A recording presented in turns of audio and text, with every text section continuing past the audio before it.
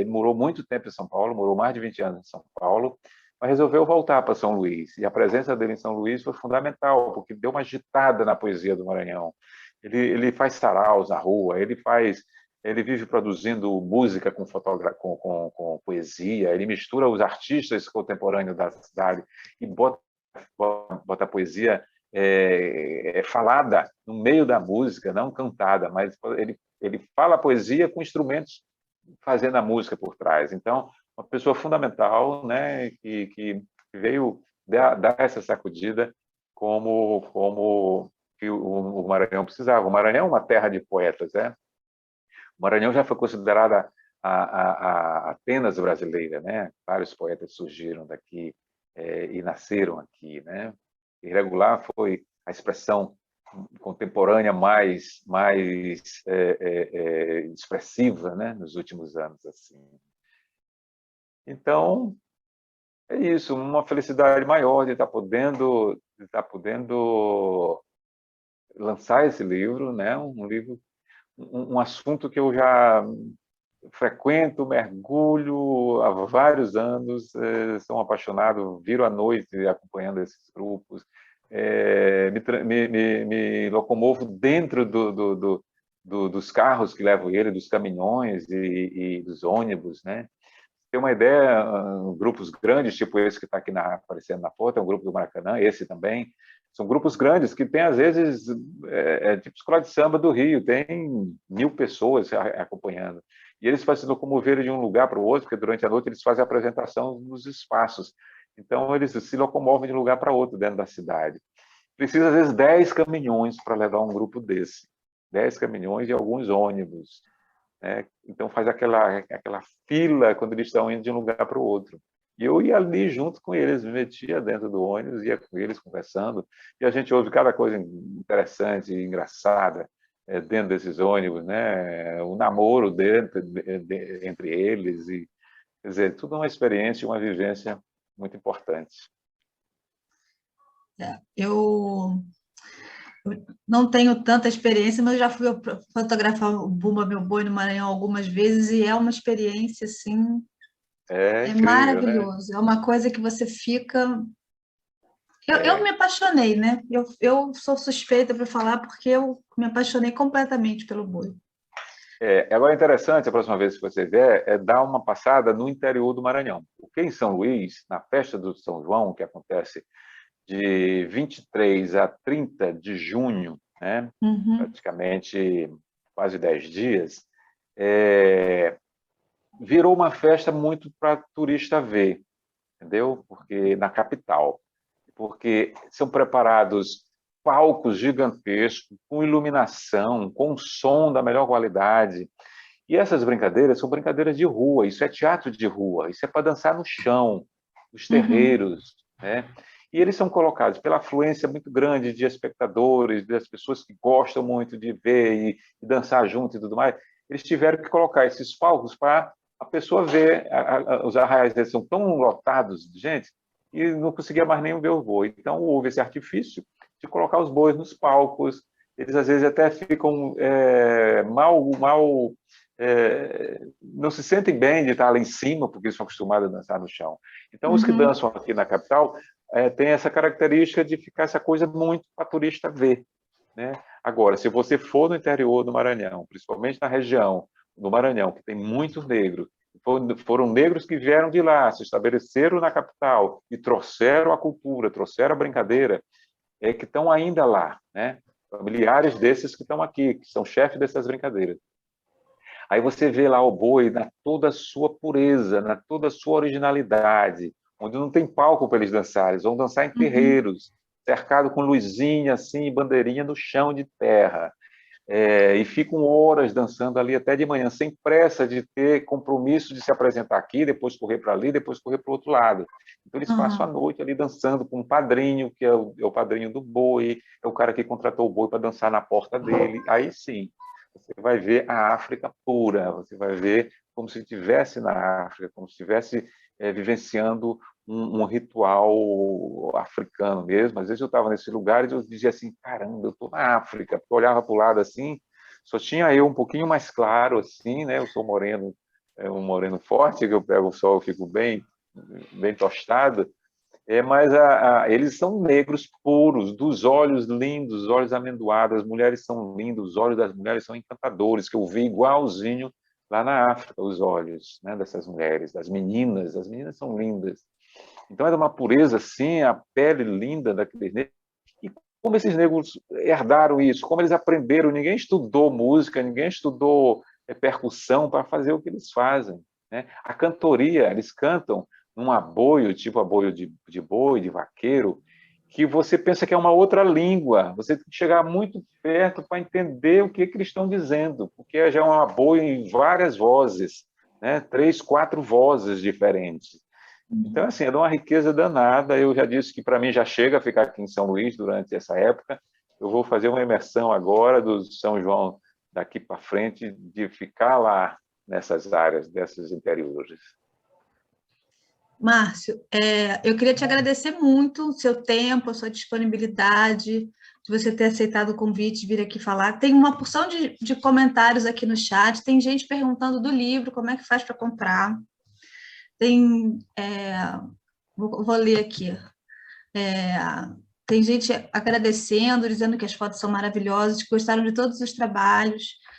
De novo, perguntando como é que faz para adquirir o livro. E aí eu queria abrir agora para pergunta, para a gente fazer agora finalmente a roda girar. Quem quiser perguntar, o Márcio ainda vai ficar mais um pouquinho, né, para a gente poder finalizar, porque ele falou com tanta emoção do trabalho, né, que a gente vai viajando junto, né? Realmente é uma paixão, viu? Se eu não fosse fotógrafo, eu acho que eu seria fotógrafo. Foi muito Eu já bacana. fui engraçado que no meu começo de carreira, assim, de escolher a profissão que eu seguiria, não tinha nada disso, não tinha nada de fotografia, não tinha nada de arte. Eu gostava muito de esporte e eu gostava de mecânica. Eu criança, eu desmontava meus carrinhos de brinquedo e montava tudo de novo. Eu gostava dessa coisa de máquina. Não tinha nada de arte, né? Então, eu fiz vestibular, eu estudei engenharia mecânica e fiz vestibular e passei também para educação física. Quer dizer, era o que eu pensava que na época era a minha vertente, né, de ser atleta, né, podia ser um professor de educação física e de ser engenheiro mecânico, né, e era mecânico exatamente pela mecânica. E com o passar do tempo, meu primeiro, aí depois, né, entrou na história o concurso do Banco do Brasil. Eu acabei entrando para o Banco do Brasil. Meu primeiro salário do Banco do Brasil, eu comprei minha primeira câmera fotográfica profissional. Aí a coisa da arte já estava querendo adentrar, né? E aí depois eu larguei tudo, larguei a engenharia, larguei a educação física, larguei o Banco do Brasil. Foi o primeiro PDV que o Banco do Brasil ofereceu, eu já saí, já a grana eu montei meu estúdio. Antes de sair, paralelamente, eu já no banco eu trabalhava só um turno e no segundo turno eu já era fotógrafo, mas aí com a saída do banco me deu uma impulsionada, aí eu montei meu estúdio no Centro Histórico, e aí realmente entrei de cabeça na fotografia. Não foi uma coisa que veio desde a minha adolescência, não foi nem desde a minha infância, não. Então, aí pronto, hoje eu pergunto se eu não fosse fotógrafo, eu seria fotógrafo. Uma coisa que eu gostaria muito de ser também era músico, eu sou apaixonado por música. Talvez também meu envolvimento com a fotografia tenha vindo da música. Eu não sei tocar nada, mas eu tenho um ouvido muito bom, eu tenho ritmo, eu danço no ritmo, eu sei batucar no ritmo, mas eu não toco nada. Mas sou apaixonado por tudo que envolve movimento, que envolve percussão, que envolve dança, sabe? Teatro, cinema, Está esses tudo rituais conectado, né? conectados. E aí, como eu não sei tocar e como eu não sou um bom dançarino, eu resolvi ficar só de lado, só namorando namorando as brincadeiras e fotografando, né? Então, realmente eu descobri essa paixão, né? Uma paixão profunda mesmo pela fotografia. A gente E também percebe outro na sua detalhe, eu nunca fala. quis entrar no cinema. Houve vários convites para fazer direção de vídeos, direção de clipes, e eu tinha um medo de entrar fazer essa direção de fotografia e abandonar a fotografia. Então eu nunca fiz, eu nunca encarei, porque eu com certeza é como se fosse assim, a fotografia é uma continuidade, tem a continuidade no cinema. O cinema é uma fotografia em movimento, né? Tem som. Mas eu tinha medo, na verdade eu tinha medo. Eu digo, não, se eu entrar nisso aí eu vou largar a fotografia. Como acontece com vários bons cineastas hoje foram fotógrafos, né? E é Verdade. fundamental a pessoa, para ser um bom cineasta, passar pela fotografia primeiro, né? Isso. O Celijon quer fazer uma pergunta. Manda Abre aí, seu Sérgio. microfone aí.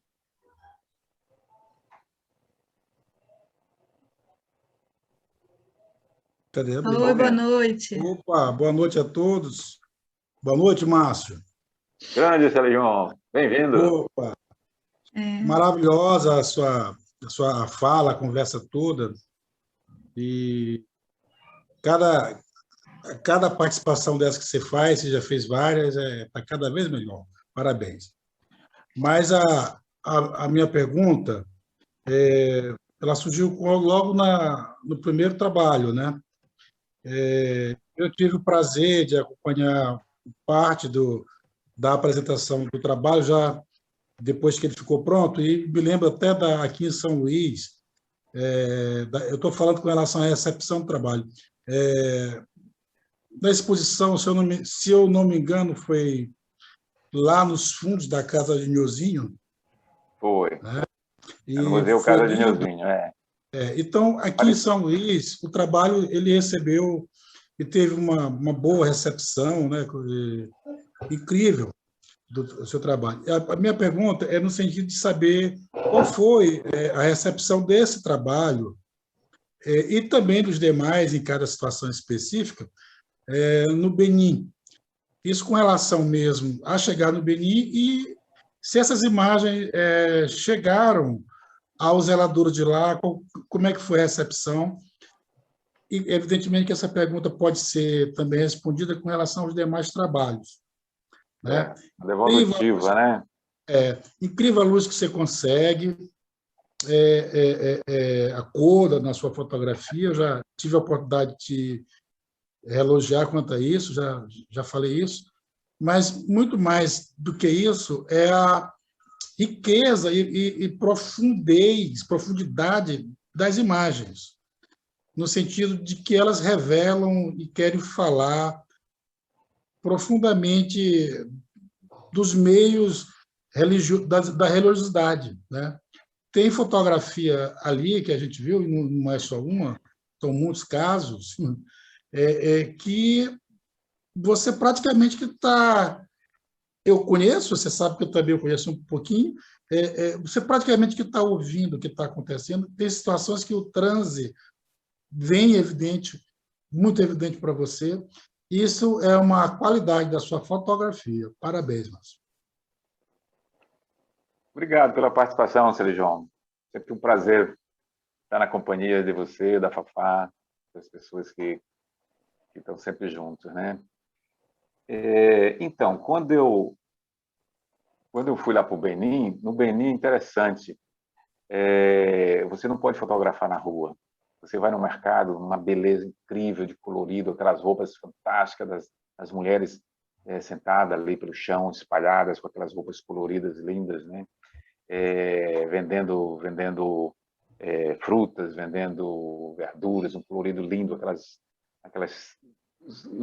os tabuleiros que elas fazem ali na frente, e assim, você fica louco, o fotógrafo fica louco para ver aquilo, né?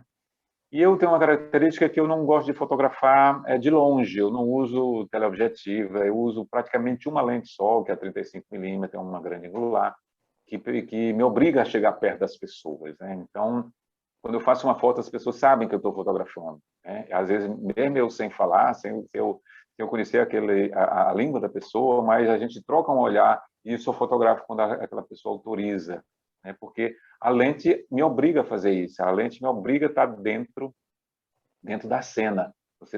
Como você falou, você percebe que eu estou dentro do transe ali, praticamente eu sinto o cheiro das pessoas, eu sinto o suor das pessoas quando elas estão dançando, eu sinto o cheiro de um animal que está sendo utilizado ali naquele ritual. Então, é isso. Eu fui para o Benin, eu levei só essa lente, uma máquina e uma outra máquina pequenininha, só como segurança, se por acaso quebrasse a principal, porque eu não sabia a quantidade de equipamentos que eu podia levar, o peso que eu podia levar, não sabia como eu ia me locomover nesses lugares. Então, eu levei o mínimo possível, necessário, né?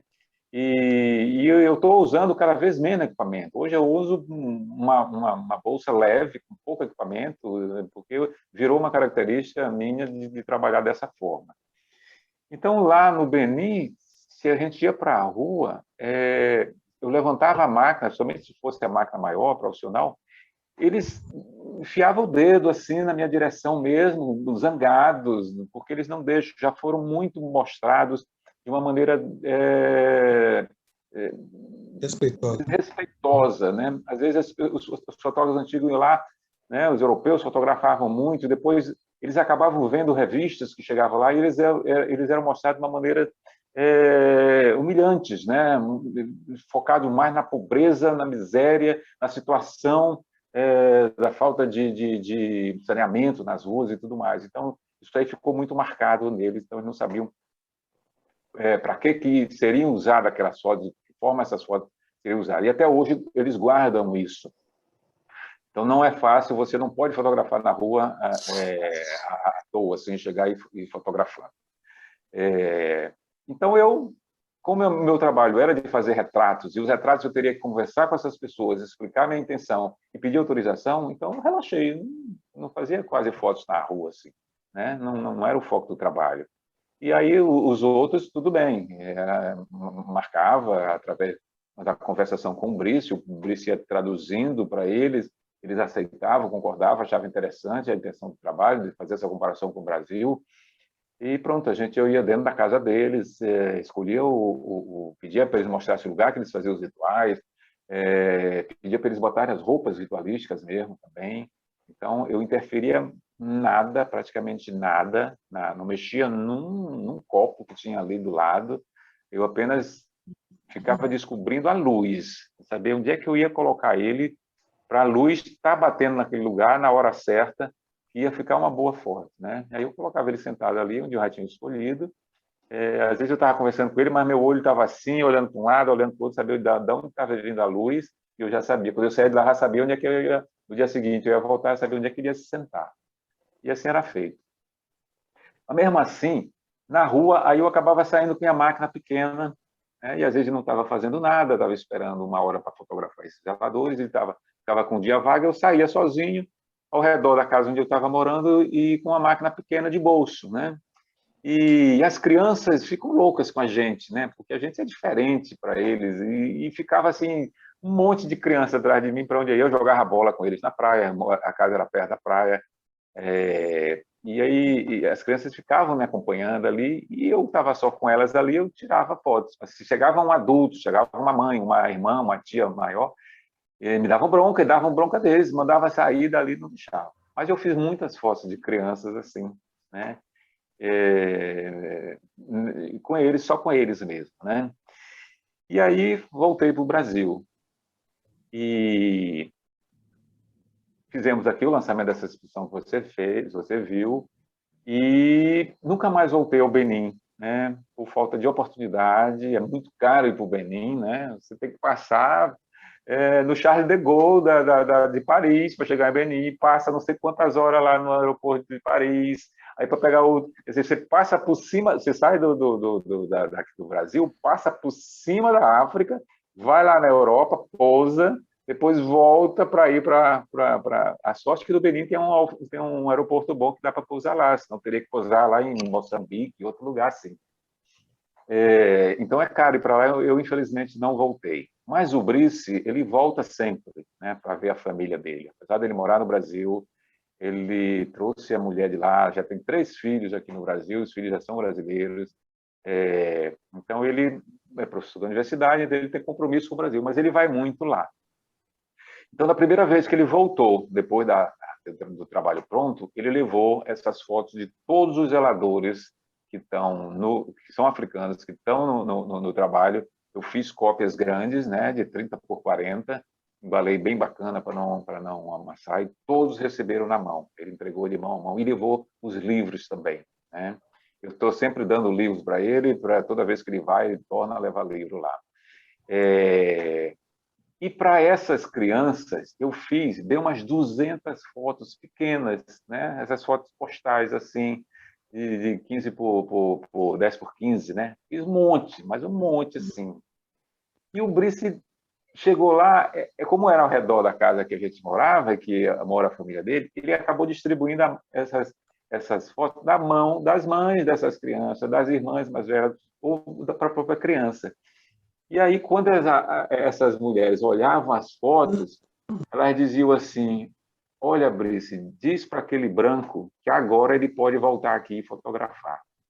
Entendeu?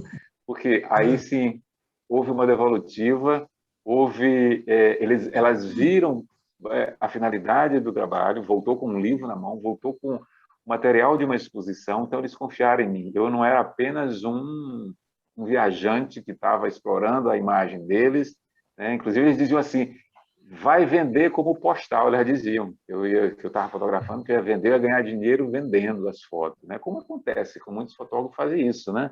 Nunca devolvem, nunca aparece, as pessoas não sabem o que são feitas com suas fotos. Então eu fiquei muito feliz com essa resposta que o Brice trouxe, né? De que agora eu poderia voltar lá e fotografar, talvez se eu voltasse agora e fizesse até um trabalho melhor, que teria uma autorização deles, né? Isso que você está contando me lembrou uma coisa. Ouvindo você falar, lembrei muito de uma coisa que eu falo quando eu conto de algum trabalho meu, principalmente os trabalhos do Maranhão. Eu gosto muito de ir lá na Praia da Raposa, fotografar aquela comunidade que tem lá. E assim, eu vou sempre, e volto, e levo as fotos no ano seguinte. Então, a gente criou esse vínculo que você está falando aí, de poder voltar e perguntar pelas pessoas, e é muito bacana, porque você chega lá, né? Quando eu chego lá, e assim, teve um ano que eu fui, esqueci de levar as fotos, mandei fazer, mas acabei esquecendo no Rio, e aí a dona Raimunda, que é a senhora lá da família, que é uma família enorme que eu sempre vou, ela falou assim: não, minha filha, mas eu sei que você sempre volta, eu sei que você sempre traz. Então, assim, né? É o vínculo que você cria e que você trata a pessoa com dignidade, né? Que todo mundo tem que ter, mas que nem todo mundo faz, né? Trata como se fosse uma coisa pitoresca, sei lá, né? E eu acho que a gente tem que ter essa humanidade, né? Na hora de fotografar e criar esses vínculos. Então, assim, da última vez que eu fui, eu levei umas fotos antigas e, assim, tinha uma menininha que, na época dessas fotos, ela devia ter uns, sei lá, uns 5 anos e já estava uma mocinha, de uns 13. E aí, ela toda bonitinha, de Maria Chiquinha, de festa junina, de roupinha, assim, na porta da casa dela, e eram umas fotos que tinham ficado aqui, eu fui levar dessa vez eu levei. E aí é uma moça já, né? Tem um rapazinho lá que eu fotografo todo ano, e assim, chego lá, vou na casa dele, a avó conhece, e ele me mostra o gato, da outra vez foi o cachorro, você vai criando um vínculo, e eu acho que isso é uma coisa que é uma troca que a gente faz, que é o que vale, né? Isso emociona a gente. O fotógrafo é uma obrigação fazer isso, né? Eu também acho. Aquela festa do moqueado que eu fiz com as índias, eu dei várias fotos para a família que levou de volta lá. Agora imagina, como você está falando, na Raposa, que é um lugar turístico aqui em São Luís, todo turista vai na Raposa, principalmente quem gosta de fotografia, e quantas fotos são feitas que eles nunca vão ver, né? As pessoas vão lá, fotografam à vontade, até invadem, até de uma forma até grosseira, e às vezes nem fala com a pessoa, fotografa e vai embora, né? Então é uma obrigação. Por isso que Dona Raimunda valoriza tanto quando eu volto. Claro. Porque ela sabe que o tratamento é outro, né? Aí, assim, eu tenho a foto deles todos, segurando as fotos do ano anterior. A gente sempre faz essa foto, né? Evolução. Isso é uma coisa muito bacana, né?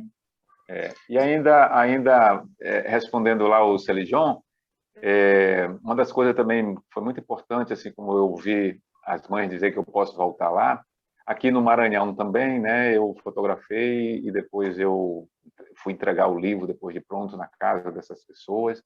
E uma da coisa que eu ouvia muito eles dizerem, agradecidos por eu ter mostrado eles de uma forma tão dignas, né, porque o respeito que foi expressado nessas fotografias porque eles sofrem muito preconceitos. A gente sabe que os templos e os espaços afro-religiosos no Brasil estão sendo quebrados. Então tem terreiros que amanhecem no chão, com os santos todos quebrados. Aqui no Maranhão já aconteceu isso. Então, foi muito bom ter ouvido isso, deles se sentirem valorizados, dignamente mostrados nessas imagens, né? Então, muitos têm essas fotos nas paredes dos terreiros e tudo mais. Mais alguém quer fazer pergunta, gente? Vocês comentaram tanta coisa no chat. Nossa. Agora ficou todo mundo tímido. Ah, o Oscar quer perguntar. Abre aí, Oscar, pode perguntar. Boa noite a todos. Antes, quero agradecer ao Márcio, excelente trabalho, a narrativa dele, uma coisa assim que tocou todo mundo, para a gente invadiu, entendeu? Participou junto com ele, foi uma utilização assim, fantástica, entendeu? Como ele fala, como é que ele explica, a gente está na história dele e parabenizar pelo grande trabalho. Eu trabalho no IFAM, Márcio, já estive aí em 2018 fotografando a festa do Marçal e a festa de São Pedro. A festa de Divina Alcântara, a festa de Divina Alcântara, já fez algum trabalho lá? Vixe, muito. Eu sou apaixonado por Alcântara, uma cidade aqui pertinho, né? Até pela essa coisa da ancestralidade de Alcântara, né? A arquitetura maravilhosa, a história de Alcântara. As festas de Alcântara são incríveis, como aquela festa do Divino que veio, né, da Europa, se estabeleceu aqui, e aqui foi encampada pelos negros, totalmente diferente de lá. Aqui os negros é que são os reis e rainhas da festa, né? O imperador e imperatriz aqui, né? Então, a festa do Divino eu ia todo ano. Eu tinha um grande amigo, né, que ele era apaixonado por Alcântara, morava aqui em São Luís. Aqui em Alcântara ele morava com a mãe, ele não tinha nenhuma casa. Eles eram donos de imobiliária. Então, aqui eles não tinham nenhuma casa, ele morava com a mãe. Em Alcântara ele tinha 3 casas. E não era casinha, não. Ele comprava casarões em ruínas, sabe, assim. E ele ia, devagarzinho, ele ia restaurando esse casarão exatamente como era. Você conheceu lá em Alcântara as fechaduras e as chaves das casas são enormes, assim, é um pau a chave, né? Ele mandava fazer para um ferreiro específico, que ainda tem lá, a chave e as fechaduras e as dobradiças da casa exatamente como eram. Ele era tão apaixonado pela cidade, ele achava que ele tinha que fazer exatamente trabalho de fã. Era um trabalho de fã que ele fazia sem ser do fã. Fazia com dinheiro do bolso. Então, essa pessoa, chama José Wilson Farias, essa pessoa fez nós todos que éramos amigos dele se apaixonar por Alcântara, exatamente em função da festa, a festa divina, a festa de São Benedito também, que é em agosto, uma festa boa, só de negros também, tocando tambor. Então, a gente ia toda a festa e ficava todo mundo hospedado na casa dele. Era um casarão que tinha 10 quartos, assim, entendeu? Ficava todo mundo. E ele tinha um prazer danado de receber as pessoas lá. E Alcântara, nessa época, não tinha pousada, não tinha hotel suficiente para a quantidade das pessoas que iam, né? A alimentação era muito pouca também, restaurante, bares, era uma coisa era muito carente a cidade. Mas todo mundo ia para a casa dele. Então, ele fez a gente se apaixonar por Alcântara e a gente ia toda vez. E ele, no barco que ia para Alcântara, ele já ia, ele gostava muito das gringas que vinham visitar Alcântara, ele já ia conversando para levar para a casa dele.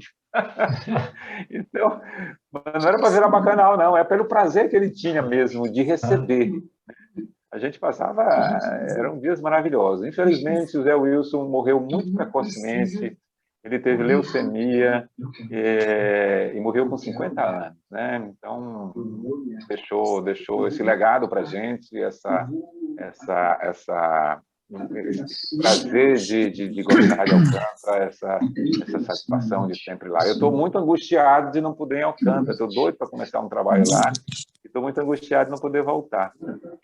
Eu quero voltar para fotografar, como eu trabalho no IFAM, estive lá, e as pessoas iam me mandar para mim para voltar para a festa de Divino agora, que é em maio, se não me engano, lá em Alcântara, mas com essa pandemia, enfim. Parabéns mais Só uma um vez, minutinho. pelo trabalho. Só um minutinho. Obrigado. Danilo, você pode, por favor, fechar seu microfone, porque está vazando o áudio? Muito obrigada. Pode continuar, Oscar, é só porque estava... Não, e Márcio, o teu livro também, eu gostaria muito de saber como comprar, como adquirir, entendeu? A gente manda, eu mando, pago, não sei, como é que vai ser o processo, entendeu? Tá. Várias pessoas perguntaram sobre o livro, Márcio. O livro a gente está vendendo bem, né? Você pode entrar em contato comigo pelas redes sociais mesmo, Instagram, ou WhatsApp, tem lá no direct ou no inbox, né? E também pelo Zap, é fácil, o número 98... Peraí, só anotar aqui, muito difícil, 98... 99972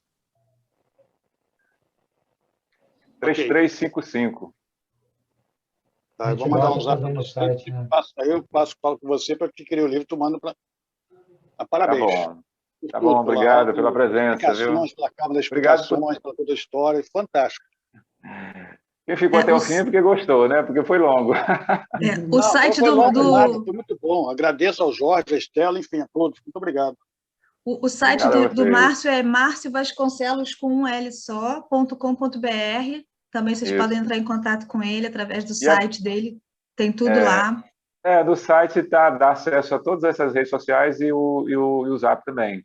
Inclusive, o site foi reformado, eu estava com ele já bem antigo já, e foi reformado essa semana. Vocês vão ver uma coisa nova, bem bacana mesmo, bem moderna, bem simples, fácil de navegar nele, muito simples, mas ficou muito bonito mesmo.